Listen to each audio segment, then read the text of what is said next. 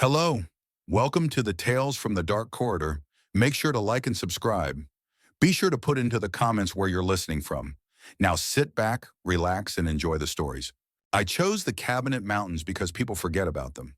They talk about Glacier, the Bob Marshall, Yellowstone, places with names that carry weight, places people romanticize.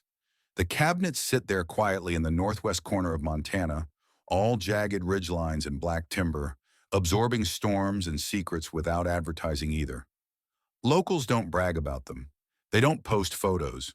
They don't linger once the snow starts coming in earnest. That should have been my first warning. I started my hike in late October, the kind of time when winter hasn't fully arrived but fall has already given up. The trailhead was empty. No tire tracks, no footprints. The sky was a dull, metallic gray, and the air smelled like coming snow. I signed the register, habit more than expectation, and noticed the last entry was dated nearly 2 weeks earlier. A solo hunter. No checkout note. I didn't think much of it. The plan was 4 nights solo, light but prepared. I'd packed for cold, carried extra calories, emergency beacon, bear spray. I wasn't reckless. I'd spent years in wilderness areas tougher than this. The cabinets just felt heavier. The forest swallowed sound in a way I wasn't used to.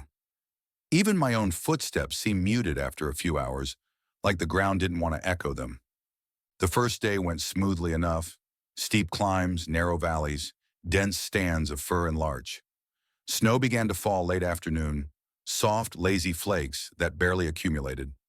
I set camp near a small alpine creek, filtered water, ate a solid dinner. Everything was normal. That night, though, I woke up hungry, not snack hungry, not burned a lot of calories hungry. This was sharp and insistent, like something clawing inside my gut. I checked my watch just after midnight and tried to ignore it. I'd eaten enough. Still, my stomach twisted and cramped, like it hadn't been fed in days. That's when I noticed how quiet it was. Just stillness, so complete it rang in my ears. I lay there listening until I heard something else fill the silence. Footsteps.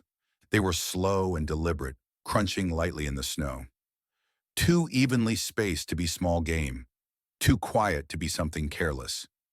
They circled my camp, staying just beyond the glow of my headlamp. I didn't move, didn't breathe.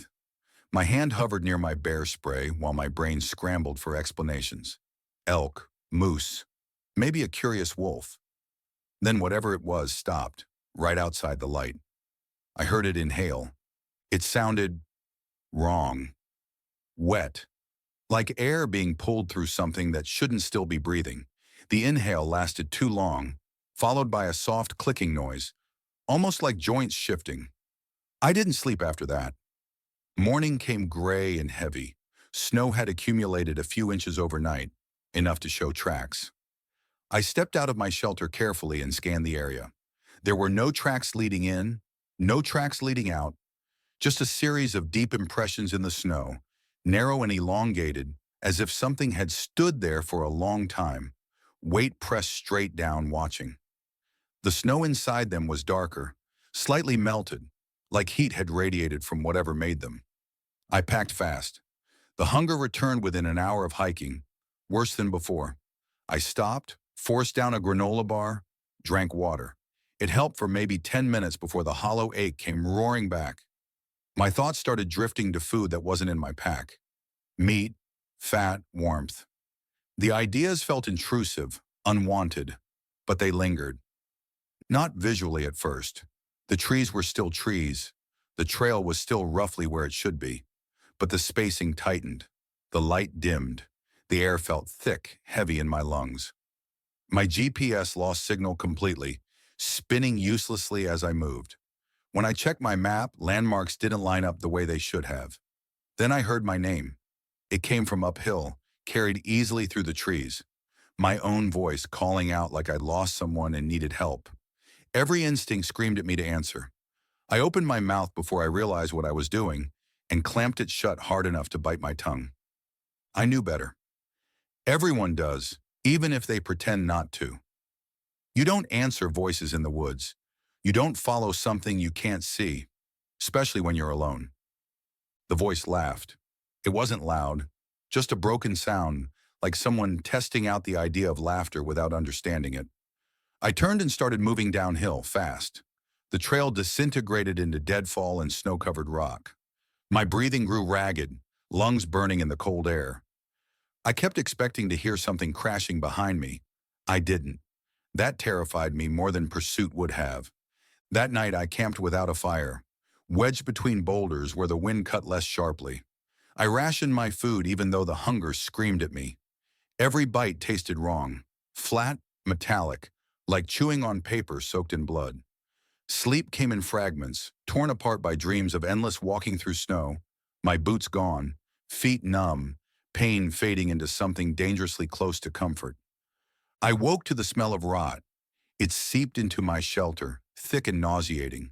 Old blood, wet fur, decay layered over cold air. Branches snapped nearby. Heavy footsteps approached, this time unconcerned with stealth.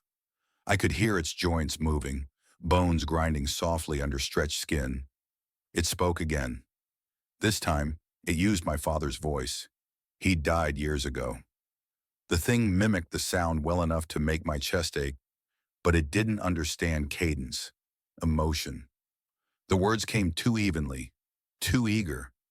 It kept saying my name, over and over, closer each time, until tears ran down my face and I bit my hand until blood filled my mouth just to keep from responding. When it stepped into the moonlight, I saw enough to know the stories hadn't exaggerated. It was tall, unnaturally tall. Its limbs were pulled long and thin, joints bending at angles that made my eyes slide away in instinctive refusal. Skin clung to its frame in gray, splitting patches, stretched so tight it tore to reveal dark muscle beneath. Antlers rose from its skull, cracked, asymmetrical, tangled with scraps of fabric and old bone. Its eyes reflected the moon like a predator's. Its mouth was too wide, too full of teeth. It crouched just outside my shelter, smiling, lips peeling back farther than skin should allow.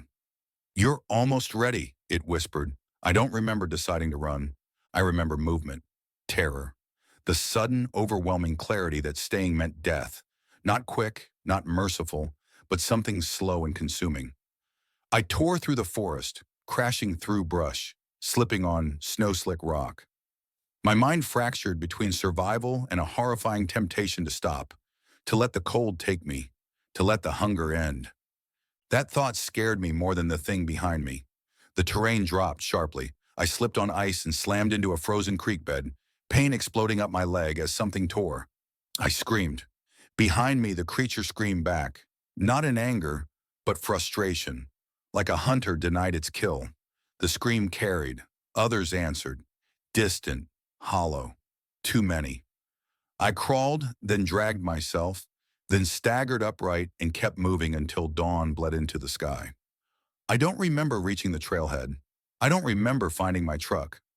Search and rescue found me hours later, curled against the door, half frozen, chewing on a protein bar with bloody fingers, like I thought it might vanish if I stopped. They asked what happened. I said I got lost. They didn't push. One of them, a local, met my eyes and gave a slow, understanding nod, like he'd heard the story before, like he didn't need details. I don't go back to the Cabinet Mountains anymore, but sometimes when winter settles in and I miss meals without meaning to, when hunger sharpens too quickly and the cold feels comforting instead of dangerous, I catch myself staring into tree lines a little too long. And every now and then, I swear I hear my name, spoken perfectly now, from somewhere deep in the snow-choked timber.